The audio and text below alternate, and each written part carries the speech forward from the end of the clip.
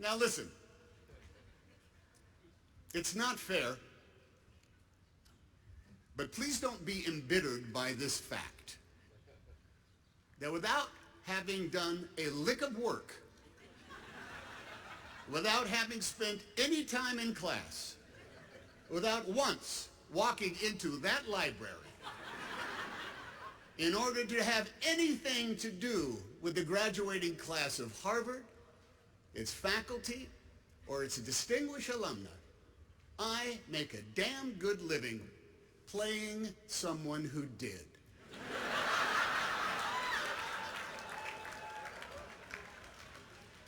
It's the way of the world, kids. On behalf of all of us who studied for 2 years at Chabot Community College in Hayward, California,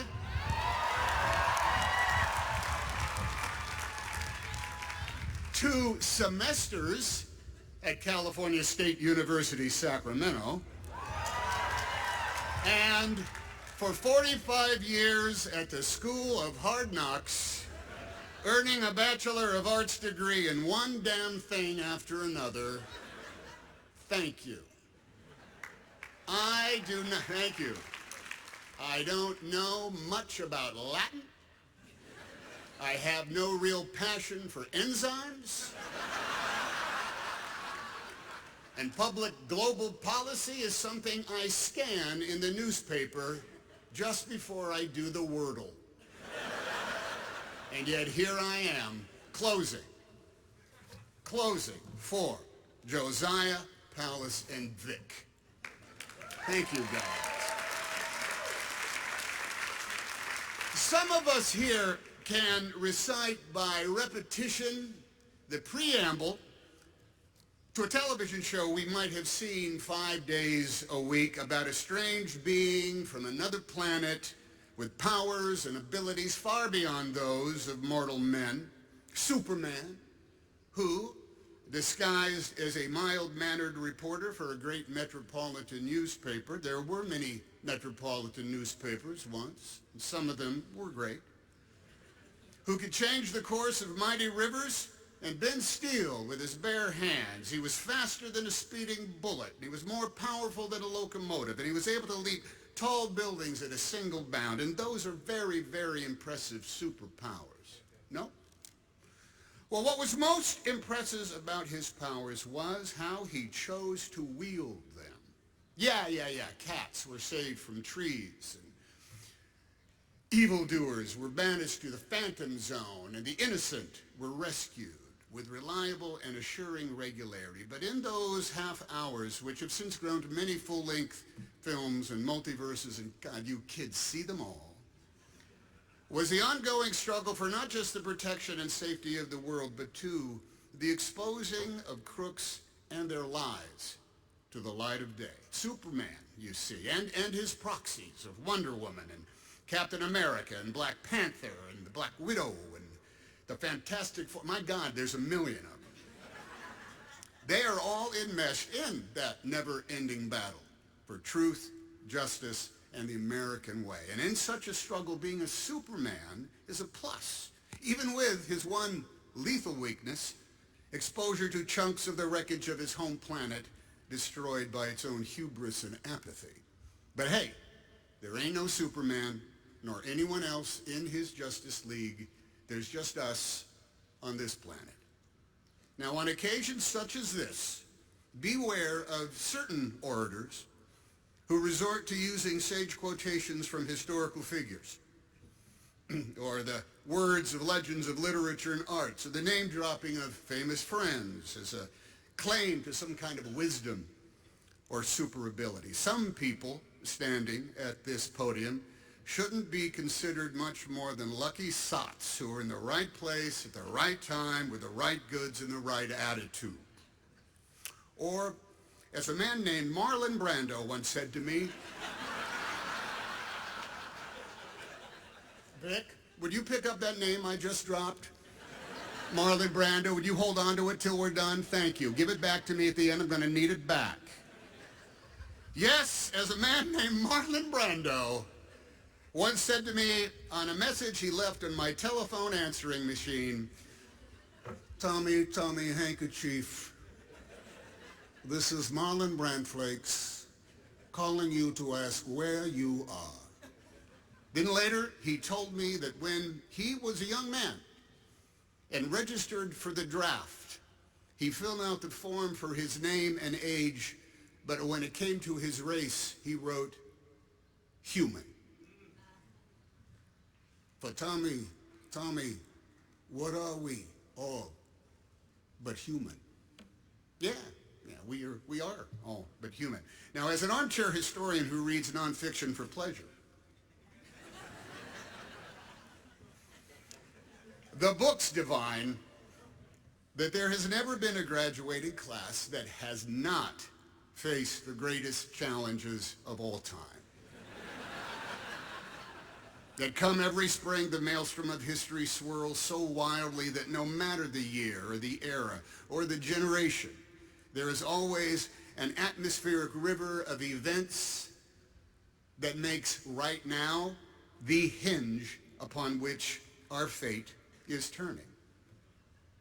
And we here in the stands look at you all in the caps and the gowns, and we hope, oh, at last help is on the way.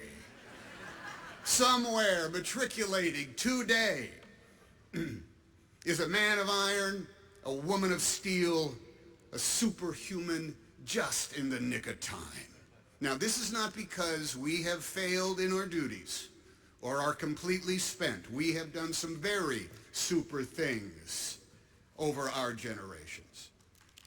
It's because we are all in a cage match, mixed martial arts battle royale with agents of hubris, apathy, intolerance, and braying incompetence, the malevolent equals to Imperial stormtroopers Lex Luthor and Loki. And we could all use a superhero right now. Now, looking out at the flowing colors of Harvard Yard, the goofy big hands that clap, the balls that represent the world on which we live, the streamers and the piatas, and someone's very big face rendered large out there amongst the, right there she is, that's it, that's it. We see beings who are young and restless, with energy and imagination, with righteousness and enlightenment and joy and compassion. And we celebrate your proclaimed wisdom and your worth ethic. We know no one is faster than a speeding bullet, to our shame, every day, to our shame.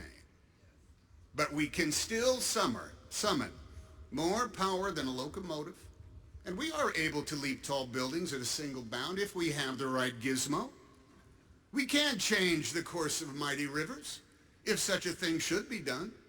And we make machines that bend steel as easily as using our bare hands. And we know that to each other we often seem like strange beings from another planet, in habits and tastes and languages, with holidays and foods we eat, and names of the days of the week, all varying. We all have special powers and abilities far beyond the reach of other mortals. Some of us can repair a screen door with ease.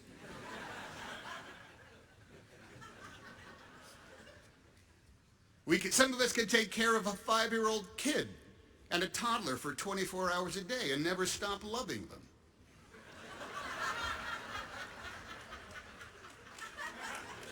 Some of us make sense of physics and economics and global policy. Some of us survive somehow on minimum earnings. Some of us graduate from college despite years of lockdowns and Zooms. Now, these achievements are all stellar, even though, yes, we are all but human. Still, we'd like to look up in the sky and see not a bird, not a plane, but, well, someone who is young and strong and super, who will fight the never-ending battle for truth, for justice, and for the American way. Someone who will take on that work Now, all right.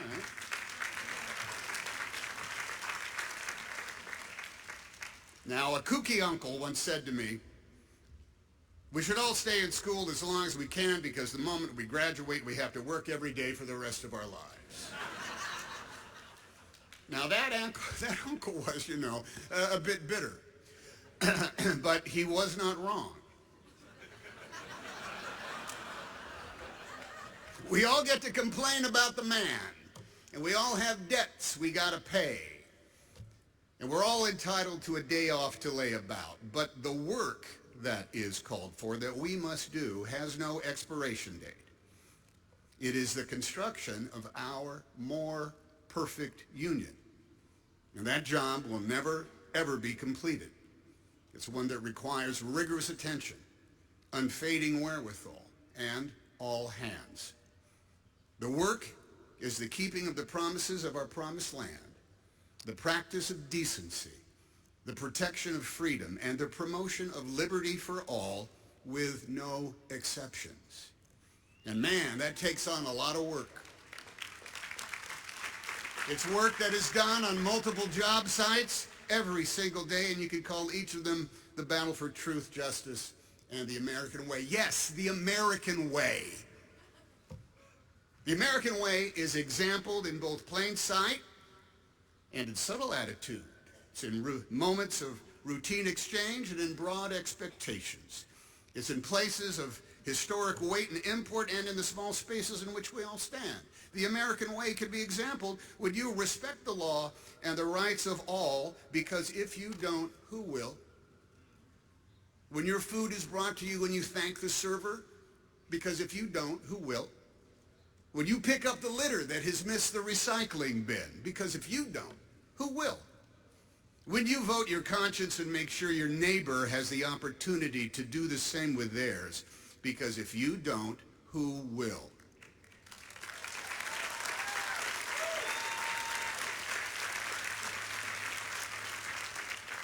When you make good on your victories and learn from your losses, because both are the results of proud and noble efforts. If you don't, who will? The American way was first proposed not far from here, when subjects of a king demanded more control over their lives than that dictated by someone else's definition of providence. At the same time, women had no legal recourses. An entire segment of the population had been taken from their homeland and enslaved to work as chattel regardless of their age. And the original inhabitants of this continent, from sea to shining sea, the only ones who carried the DNA of America, were considered subhuman. Yet even with such paradox was written down the how-to.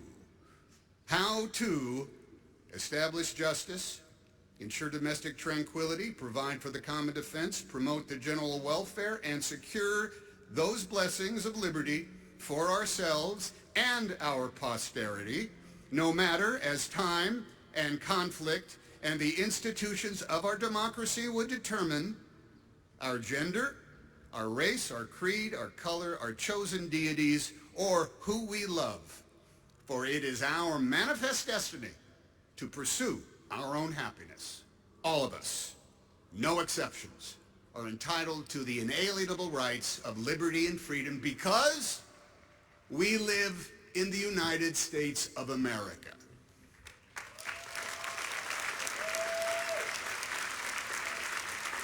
The vocabulary of the American way, of the law and the rights we share, is some part philosophical musing, some part answering a question with a question, some part trying to bowl us all over with your knowledge of Latin.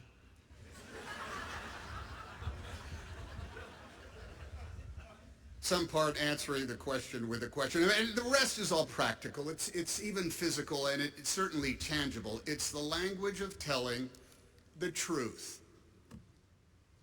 What is truth again in Latin?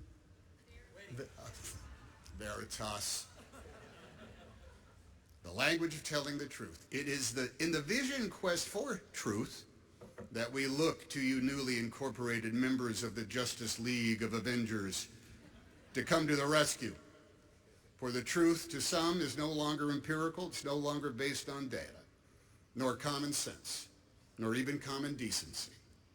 Telling the truth is no longer the benchmark for public service. It's no longer the salve to our fears or the guide to our actions. Truth is now considered malleable by opinion and by zero-sum endgames. Imagery is manufactured with audacity, with purpose to achieve the primal task of marring the truth with mock logic, to achieve with fake expertise, with false sincerity, with phrases like, I'm just saying, or I'm just asking. You know, I'm just wondering. Now, literally, you cannot believe your eyes, and your ears will help others lie to you. Someone will report the world to you exactly as you wish it were, full of alternative facts, of conjured narrative meant to buttress the status quo and deny its offenses, or rejig the rules and muddy the playing field depending on where one is on the food chain and the moral spectrum. The American way can be demonstrated without ceasing as a perpetual prayer by every big shot and any plain Jane or Joe Blow. Justice can be an everyday pursuit, case by case, with both lightning speed and the slow, inevitable effect of gravity. Truth, though, truth. Truth feeds up in the high country, as elusive as serenity, yet as certain as the North Star and the Southern Cross. Truth is mined at the intersections of our chosen behaviors and our fixed habits, in our personal boundaries. Truth has synonyms such as honesty, honor, transparency, and yet the common practice of so many is to play fast and loose with those very words, to create enemies, to claim victimhood, to raise the mediocre into merit, and to make cloudy a vista that is actually crystal clear. Likewise, truth has opposites. Omission. You don't need to know that. Distraction. That's not the real story. This is. Opinion masquerading as clairvoyance. Oh, here is what is going to happen. And influence peddling. You know, a lot of people are saying. Truth, too, has a nemesis equal to any colored kryptonite. That, like a feral hound, is never too far off the path in the weeds and in the shadows, lying in wait for the lethal opportunity to bring truth down. And that beast is indifference, which will make moot all the permanence found in truth. Indifference will rust away the promise of our promised land. Propaganda and bald-faced lies will erode over time. Idolatry and imagery lose luster and effect. Ignorance and intolerance can be replaced by experience in the wink of an eye, but indifference will narrow the vision of America's people and make dim the light of Lady Liberty's symbolic torch. Indifference makes citizens into indentured servants held in labor by the despots and tyrants whose default setting is cynicism, who outlaw dissent and ban art and dialogue and books, who grab power any way they can, enabled by the subterfuge of their co-conspirators, rewarding the rationale of the complicit, and surging into the vacuum caused by the indifference of a people who have been made weary by struggle, so weary that they lose hope and are left to yearn to be saved by the fiction of superheroes. Every day, every year, and for every graduating class, there is a choice to be made. It's the same option for all grown-ups who have to decide to be one of three types of Americans. Those who embrace liberty and freedom for all, those who won't, or those who are indifferent. Only the first do the work of creating a more perfect union. a nation indivisible. The others get in the way. In the never-ending battle you have all officially joined as of today, the difference is in how truly you believe and in how vociferously you promote and how tightly you hold to the truth that is self-evident, that of course we are all created equally, yet differently. And of course, we are all in this together.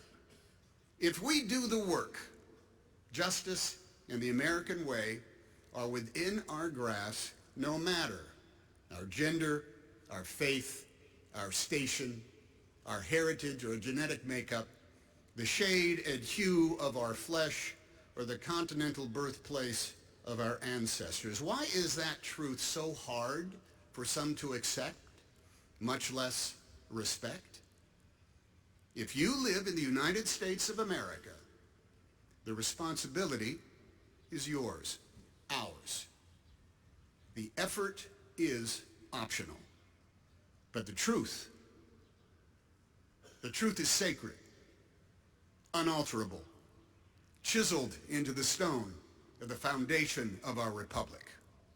All of us are able. None of us are super. We are the Americans. Liberty and justice is for us all. Because yes, we have specific names, and we have lived every year of our ages. But when it comes to race, we are all uniquely, magnificently, simply human. Or so said Marlon Brando to Tommy Tommy Handkerchief. May goodness and mercy follow you all the days of your lives. Godspeed. Congratulations.